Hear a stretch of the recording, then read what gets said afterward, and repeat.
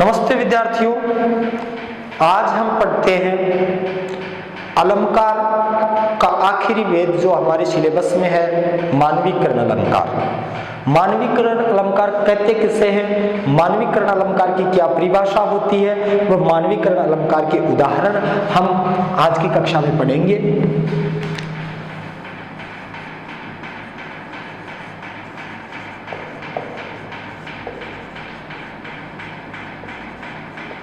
मानवीकरण अलंकार, मानवीकरण अलंकार किसे कहते हैं? सबसे पहले बात तो यह है कि मानवीकरण अलंकार की परिभाषा क्या है।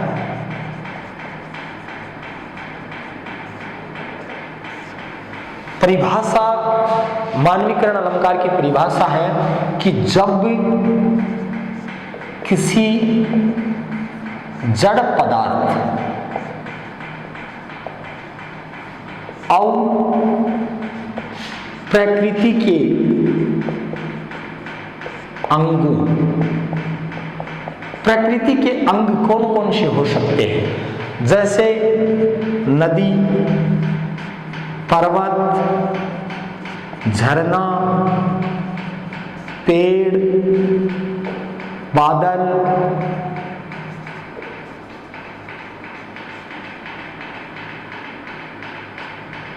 समुद्र,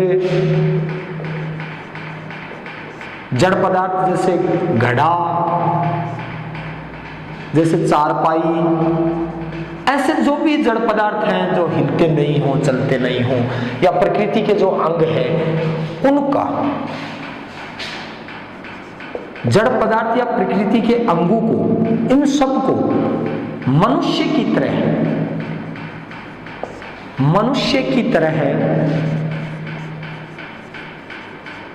व्यवहार करते हुए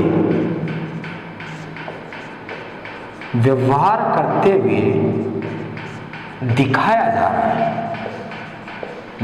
जाता है, वहां मानवीकरण अलंकार होता है।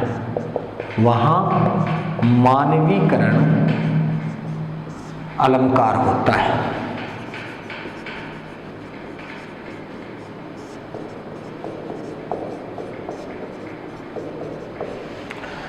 जब किसी जड़ पदार्थ जो निर्जीव है, जैसे ये मार्कर है, इस मार्कर को मनुष्य की तरह व्यवहार करते हुए दिखाया जाता है कि ये मार्कर है, देखो कैसे बन ठन के खड़ा है। तो यहां पर ये बन ठन के, तो मार्कर है, ये तो जड़ है, लेकिन ये बन ठन के नहीं रह सकता, बन ठन के तो मनुष्य रहता है। तो मनुष्य की तरह इसको दिखाया जाता है। जड़ पदार्थ या प्रकृति के अंग कौन कौन से?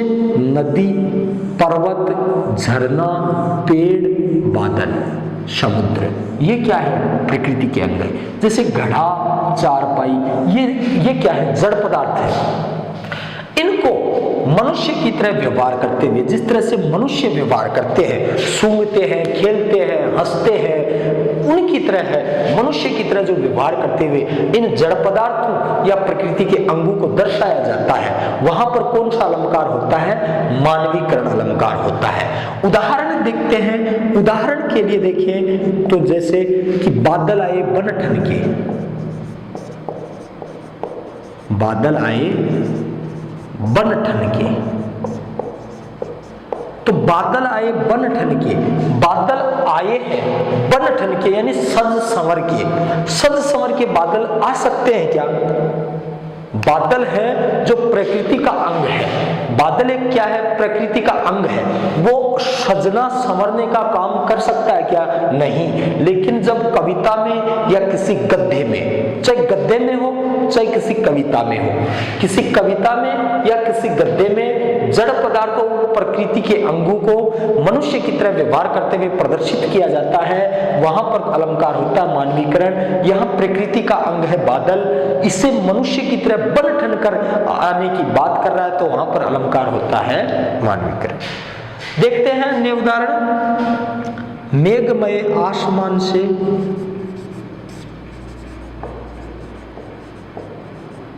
मेघमय आसमान से उतर रही संध्या सुंदरी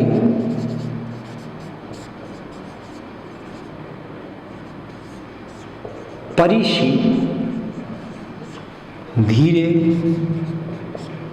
धीरे धीरे।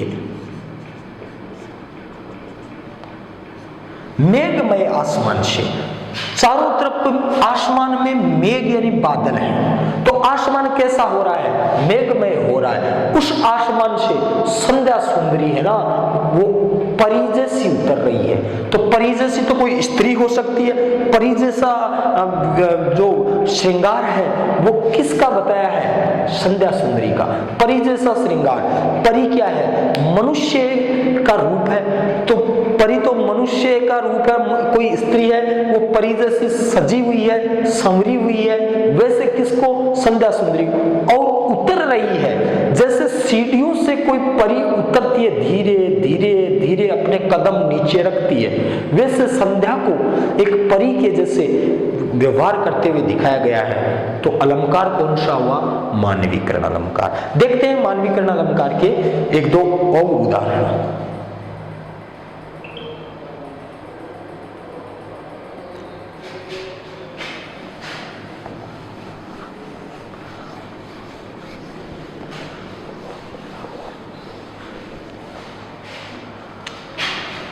हर्षाया ताल,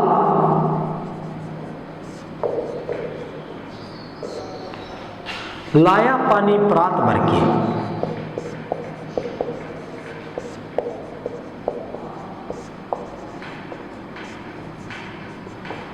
देखो, ताल यानी तालाब। तालाब क्या है? प्रकृति का अंग है। अब हर्षाया यानी प्रसन्न होकर, प्रसन्न होकर, प्रसन्न होकर, ताल है ना तालाब। अब तालाब प्रसन्न हो सकता है, प्रसन्न तो मनुष्य होता है। प्रसन्न होना, रोना, उठना, बैठना, चलना, फिरना, ये काम तो मनुष्य करता है। लाया पानी प्रात भर के, प्रात होता बर्तन, एक बड़ा बर्तन होता है, जो तालाब है वो पानी भर के लाया परात में। तो परात में पानी भर के तालाब नहीं ला सकता, क्योंकि ये प्राकृतिक उपादान है। जब प्राकृतिक उपादानों को मानवीय व्यवहार करते हुए प्रदर्शित किया जाता है, वहां पर अलंकार होता है मानवीकरण। अर्थात जो भी निर्जीव पदार्थ है, जो भी प्रकृति के अंग हैं, उन पर मनुष्य के व्यवहार का आरोप किया जाता है, वहां मानवीकरण होता है, उसका मानवीकरण कर दिया जाता है। अर्थात जो प्रकृति के अंग है उसका क्या कर दिया जाता है? मानवीकरण। यहां मानवीकरण किया है क्या? तालाब पानी भरकर लाया है। तालाब क्या लाया? परात में पानी भर के लाया। तो परात में तालाब पानी भर के ला सकता है क्या? नहीं ला सकता। परात में पानी भर के तो कौन ला सकता है? मनुष्य ला सकता है। तो यहां पर परात में पानी भर के लाने का काम मनुष्य की तरह कर रहा तालाब, तो कौन सा अलंकार हुआ? मानवीकरण।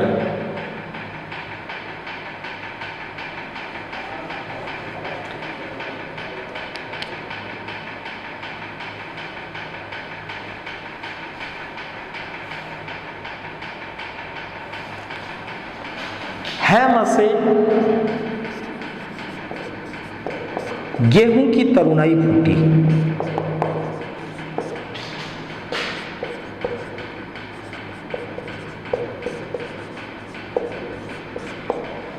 यहां हेम से गेहूं की तरुणाई फूटी, इस वाक्य में गेहूं है वो प्राकृतिक उपादान है, तरुणाई यानी जवानी, फूटी यानी फूटती है। जवानी किसकी फूटती है? मनुष्य की। जवानी किसकी फूटती है? मनुष्य की। अब गेहूं की जवानी थोड़ी फूटती है। तो यहां पर कौन सा अलंकार हुआ? मानवीकरण अलंकार। इस तरह से हमने मानवीकरण अलंकार पढ़ा। वह मानवीकरण अलंकार क्या होता है? मानवीकरण अलंकार वह होता है जब किसी गद्य या किसी पद्य में जड़ पदार्थ, निर्जीव पदार्थ जिनमें जीव नहीं होता, जो हलचल नहीं सकते, या प्रकृति के उपादान, प्रकृति के उपादान नदी, समुद्र, पर्वत, झरना, पेड़, तालाब, ये सारे क्या है? प्राकृतिक उपादान है। प्रकृति के अंग हैं। इन प्रकृति के अंगों को मनुष्य की तरह व्यवहार करते हुए प्रदर्शित किया जाता है या मनुष्य के व्यवहार का इन पर आरोप किया जाता है कि मनुष्य का व्यवहार जैसे होता है वैसा ये व्यवहार कर रहे हैं, ये आरोप किया जाता है। वहां पर कौन सा अलंकार होता है? मानवीकरण अलंकार। हमने मानवीकरण अलंकार के उदाहरण भी देखे हैं, जैसे मेघ में आसमान से उतर रही संध्या सुंदरी परिषी धीरे धीरे धीरे हर्षाया ताल लाया पानी भर के, हर्षाया ताल लाया पानी परात भर के, परात में पानी भर के तालाब नहीं ला सकता। तो ये मनुष्य तो परात में पानी भर के ला सकता है लेकिन तालाब नहीं ला सकता। लेकिन तालाब को यहाँ पर मनुष्य के जैसे परात में पानी भर के लाते हुए प्रदर्शित किया गया है, इसलिए यहाँ पर मानवीकरण अलंकार हुआ। इसके साथ ही हमारा जो अलंकार का जो टॉपिक है वो पूरा होता है। आगे की कक्षा में हम पढ़ेंगे भाषा व भाषा के रूप, भाषा, लिपि, लिपि भी पढ़ेंगे। लिपि व भाषा आगे की कक्षाओं में पढ़ेंगे। धन्यवाद।